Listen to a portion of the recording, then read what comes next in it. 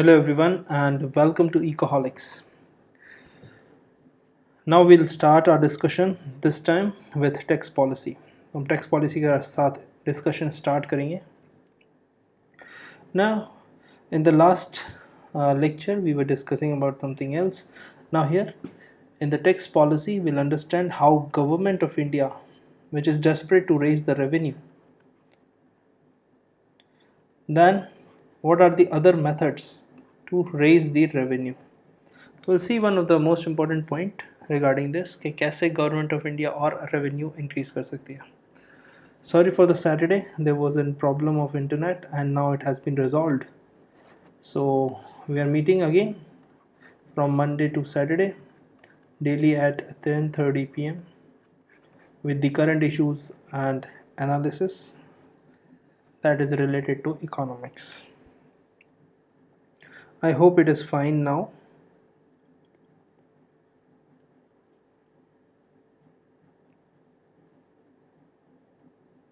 So let's begin our discussion with the tax policy. Now you know that corporate income tax that Indian government has actually decreased to 25%. More or less we can say, roughly we can say this is 25% they have reduced the tax. What about that GST collection? So GST collection has also decreased and we have missed the target. Now the target for the government to raise the revenue was 25% that they were expecting to increase the tax receipts from the previous fiscal, that is 2018-19. सरकार का मानना था कि जो revenue है 2019-20 में वो 25% तक बढ़ेगा 2018-19 के कंपैरिजन में. Yes, in this lecture itself I'll tell you what is BEPS, base erosion profit shifting.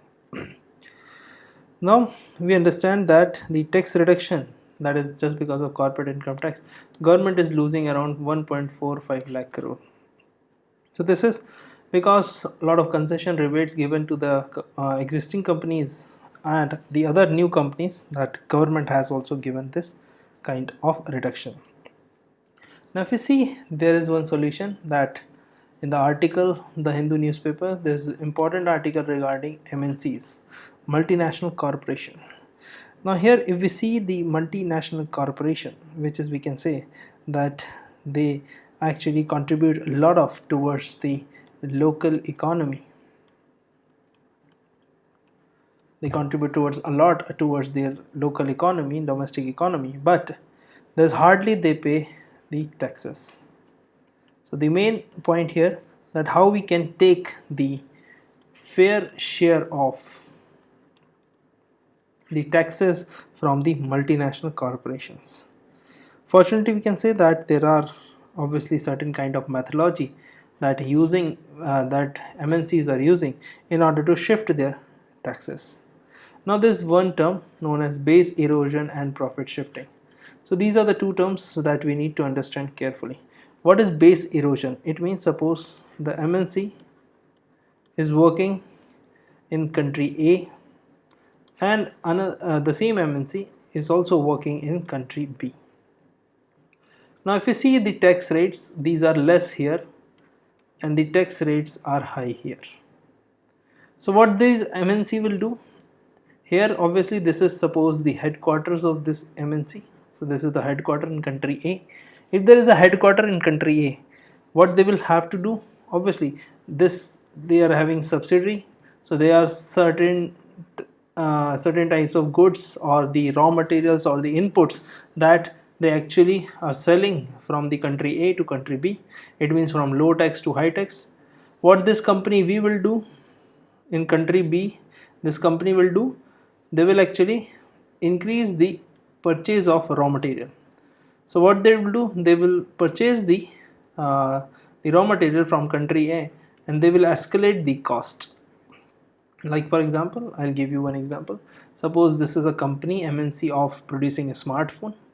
Now a smartphone needs certain kind of things like operating system, like integrated chips, like battery, like we have camera, that is the things required in a mobile phone. So what they will do, suppose this camera cost around 3000 in a mobile, battery cost around 1000, integrated chip suppose 5000, operating system is suppose 5000. This is the actual cost. But whenever they are buying from their parent MNC, parent company, the same company, what they are doing, they are increasing the cost. So operating system they are quoting at 7000, integrated chip they are quoting 8000, battery 2000, suppose camera 5000. So this is how they can escalate the cost, and by escalating the cost they are able to reduce their tax liability in country B. This is the country B which is having the high tax rates, and they are able to shift their profit by eroding their base to the parent company, that is the company where it is having the headquarter. So I hope you understand what is base erosion and profit shifting. Now if you understand the further how we can actually counter this base erosion and profit shifting, how we can counter this. Now because of this base erosion and profit shifting, these MNCs are barely pay any taxes anywhere in the world, and they are shifting their taxes from the high tax country to the low tax country. I'll come to the questions later, so first understand the concept. If you have any questions you can just type it. I'll discuss at the end of this lecture. First you understand. Now you see that these multinational corporations hardly paying tax. According to International Monetary Fund, the data given in the Hindu newspaper is that we are losing $500 billion a year, every year. All the countries are losing just because we are having these kind of laws that they can shift their taxes, and it is also they are creating uneven playing field between the MNCs and the domestic company, because domestic companies are paying the taxes. So we can say that these are creating the problem. Now how we can solve this particular thing? Before that I'll take one doubt. So please tell about base erosion profit shifting. Okay. The next is we should put reasonable tax on MNC by united profit should be calculated, and it should be distributed between the countries on the basic profit from generated from which country. It be solution to increase the tax condition? Yeah, I'll make it clear. Just a minute. Just listen this lecture. You'll get the answer to your question. Now, if we see that OECD, these OECDs are important organization for economic cooperation and development. This is actually now realizing that we need certain kind of attempt in order to counter these kind of process. Now here if you see that we are delivering certain kind of benefits, because these tax treaties are very important that the country should follow, and whenever we see these kind of tax treaties we need certain kind of political will in order to implement these kind of policies. Now what the idea here, the idea is here we should have certain kind of treaty among the countries that a particular MNC suppose earning a total global profit, and what they will do, this total global profit of a MNC we should calculate it on certain formula, which is suppose are having the factors like sales, the employment, the users, the technology, etc. So we can see that just because of the user we can easily conclude, or easily we can counter these kind of fraudulent activities are done by the MNC. Although these are not fraudulent because MNCs are using the tax laws, so these are typically we can say it's a legal concept they can do under the law by following the law. But United States and under the some states of USA, they are actually countering by putting some direct and indirect tax. What India can do, India can impose certain fixed amount of tax on the MNC irrespective of their turnover, profit, etc. So this we can say that in order to protect the tax interest of Indian government, we need to do these kind of fixation, because it will impose tax on MNCs that are operating in India, so India's jurisdiction, and this is obviously based on certain kind of formula. So that formula should have certain factors like sales, employments, and the users.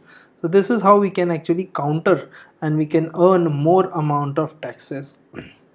Now this is must be done by European Union or United States of America. And if these countries could together propose a certain kind of principle, then these MNCs actually will find it difficult to shift their taxes. Now these are the main thing that I need to discuss here. Now apart from this, we should have, in this article it is written, we should have unitary taxation. That unitary taxation means only India can impose. It means only one country, if others are not following, India can impose these kind of taxes. So we can easily say that obviously these kind of taxes obviously very arbitrary, and that may affect the investment in the country. That's why India should be very careful, very careful in imposing these kind of taxes, because obviously MNCs plays an important role, especially creating the employment and high amount of, we can say, foreign direct investment. So at this particular point, that India government should think carefully and should think into a group, that suppose G20 or G24 groups, where some of the most influential countries are the member of this grouping.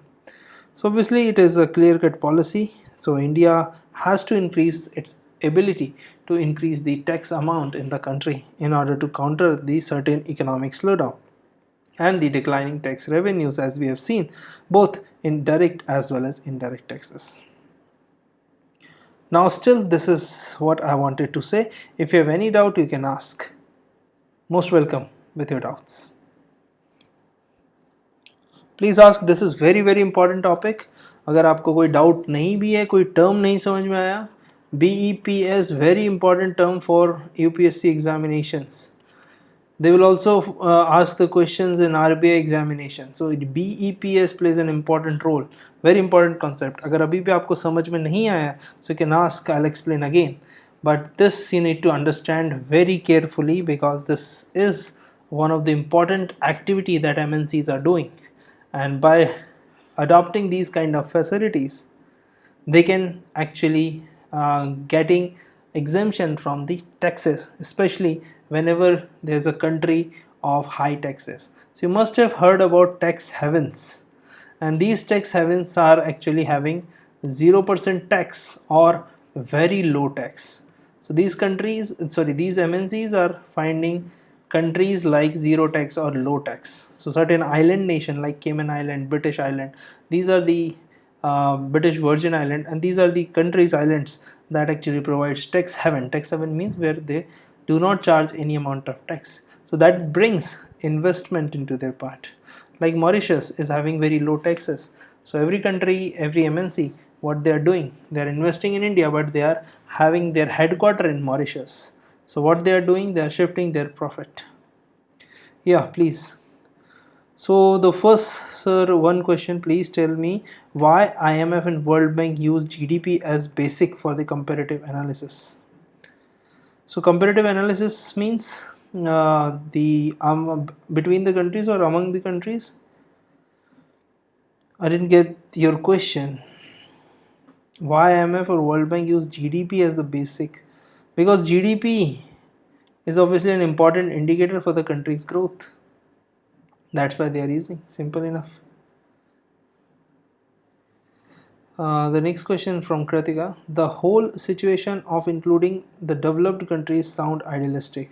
What are some of the more realistic solutions to increase our tax revenue? Since, listen, first of all, this, if you increase the tax, already India is coming under the category of high tax nation, as you must have heard about in the media. Now, if you increase the taxation, obviously it will affect investment in India.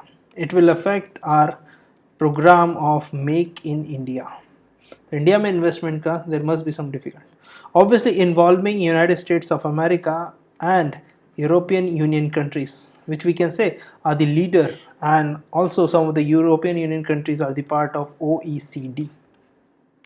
Now if we see this, obviously we can say this is idealistic, but we have to think from their perspective, like what are the MNCs dominating in these countries or all over the world. Mainly MNCs from USA or MNCs from European Union. But now a young blood, that is from Chinese MNCs, that are coming. So we can say in future US and EU may be hurting their interest with the profit of MNCs, how their profit can be shifted. Like for example, there's one big Chinese conglomerate that US is actually concerned of. So we can say in future, obviously, these countries may follow certain kind of rules that some of the US states are doing. So we can easily say that some of the more realistic solution is, first of all, we should wait, and whenever we wait, what we can say, we should have more patience in maybe 1 or 2 years, and we have to see that a lot of MNCs what they are doing, because United States of America actually adopting the policies of protectionism, means inward looking. So they don't have any problem with the multinational corporations. So what they are doing, they are bringing back their investment into USA. So what they will do, they will obviously want more tax revenue. So we can say if they want more tax revenue, it means they will think about the taxation of MNCs, because a lot of US companies also doing the same thing. They are shifting to other tax havens. So USA should counter this, and I don't think so it is idealistic, but in near future it may provide certain solution by leading from the front like US and the EU. So I hope you understand. If you have any subsidiary question, then you can ask. Our next question is tax Singapore and Mauritius. We cannot tax actually Singapore and Mauritius because this is their domestic policy of corporate income tax. So we cannot do anything about the domestic policy of the other countries. What we can do, we can increase the taxes on the investment, and we can amend the DTAA, that is Double Taxation Avoidance Agreement, and all about the free entry and exit. We can do about these things, but we cannot do about their domestic taxation in both the countries. Yes, if you have any other doubt, you can ask again, and then we'll wind up the session. We'll meet tomorrow once again at 10:30 p.m. from Monday to Saturday. Daily live at 10:30 p.m. regarding current economic discussion and analysis. Apart from this, we have a lot of courses like courses on Indian Economic Services, courses on economics, optional for UPSC examination, courses on UGC NET examination, that is of economics plus paper 1. Apart from this, we have mathematical economics, econometrics, and other courses. So if you want to join, you can visit our website, that is ecoholics.in.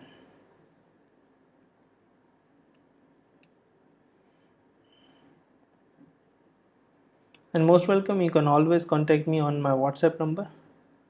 So this is my WhatsApp number given on your screen.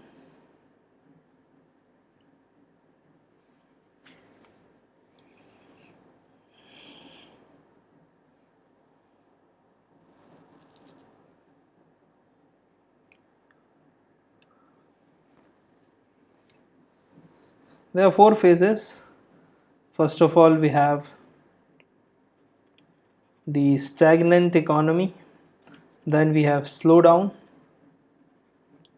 then we have recession, and at last we have depression.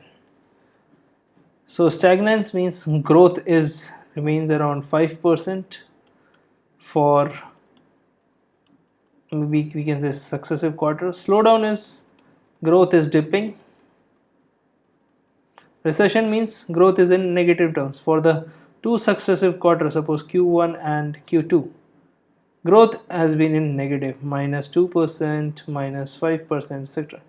Depression is like the economy, the demand is going down, supply is going down, economy is going down, and everything is haphazard. So this is how we can say that the terms are actually related.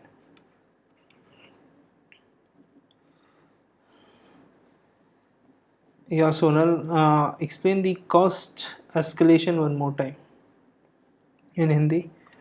Yeah, suppose for example, I have a company, MNC, suppose 1, in country A, because I cannot name any country here, that's why I have to तो MNC 1 करके एक company है जो country ए में है, एक country B है जहाँ ये MNC फॉरेन इन्वेस्टमेंट लेके गई है, जो कि आप सब्सिडरी समझ सकते हैं उसकी।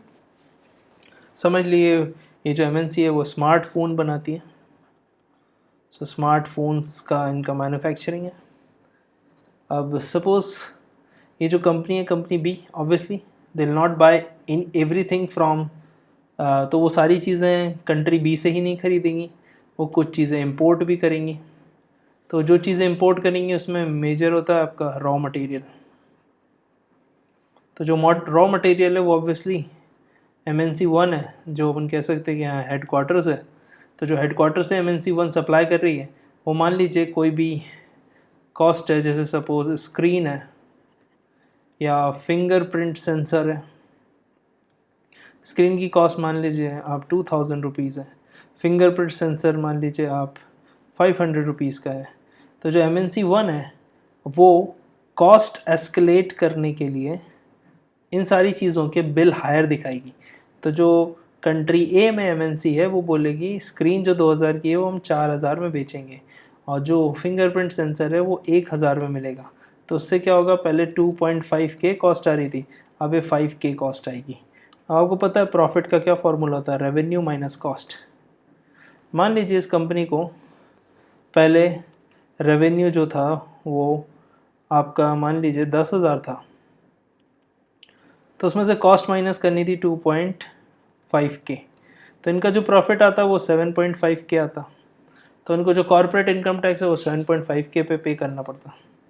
बट अब जो 5K हो गया है उनका कॉस्ट, तो 10K माइनस 5K, तो ये आपका प्रॉफिट 5K हो जाता है। तो कॉर्पोरेट इनकम टैक्स जो है वो आप कम पे करोगे डोमेस्टिकली, एज वेल एज क्योंकि आप रॉ मटेरियल खरीद रहे हो तो obviously are transferring to your parent MNC। तो जब पेरेंट MNC को आप ट्रांसफ़र कर रहे हो तो वो पेरेंट MNC पे भी कोई टैक्स नहीं लगेगा, क्योंकि वो टैक्स बेनिफिट को अवेल करेंगे जो डोमेस्टिक इकोनॉमी है। अगर यहाँ भी कोई टैक्स लगेगा तो वो एक टैक्स हेवन कोई कंट्री होगी जिसे कंट्री सी कह लेते हैं, वहाँ पे वो छोटा सा ऑफिस खोलेंगे और उसके थ्रू ये सारी ट्रेडिंग करेंगे। तो इसी तरह से प्रोसेस चलती है। तो ये this is a managing of the cash flow, बहुत इम्पॉर्टेंट है इसको समझना आपके पर्सनल फाइनेंस के लिए भी। So cash flow is very very vital.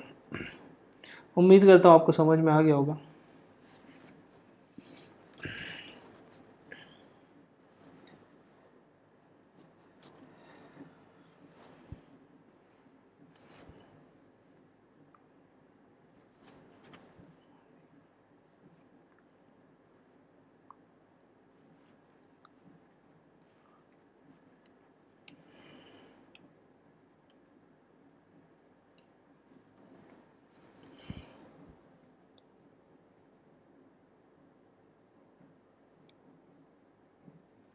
So that's it for today, and we'll meet tomorrow.